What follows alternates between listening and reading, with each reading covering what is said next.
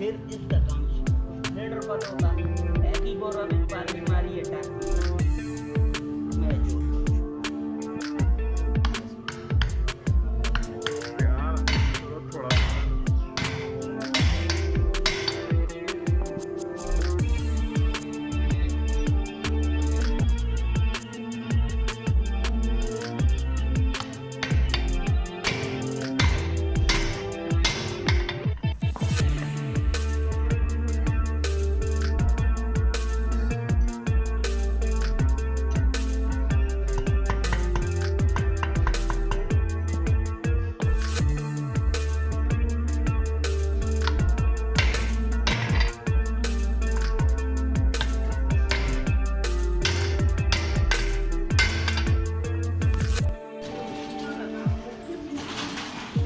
allergy दो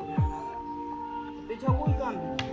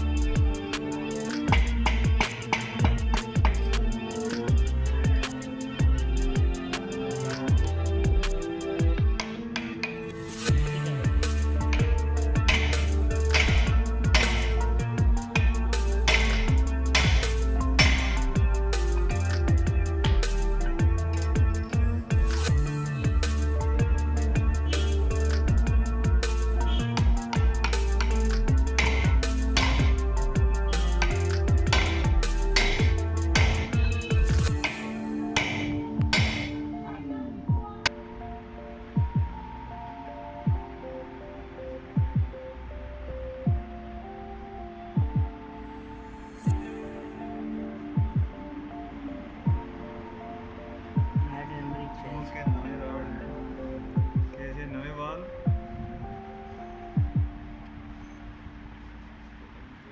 ये शय बनती है ये शय जी सीट होंगी है ना ये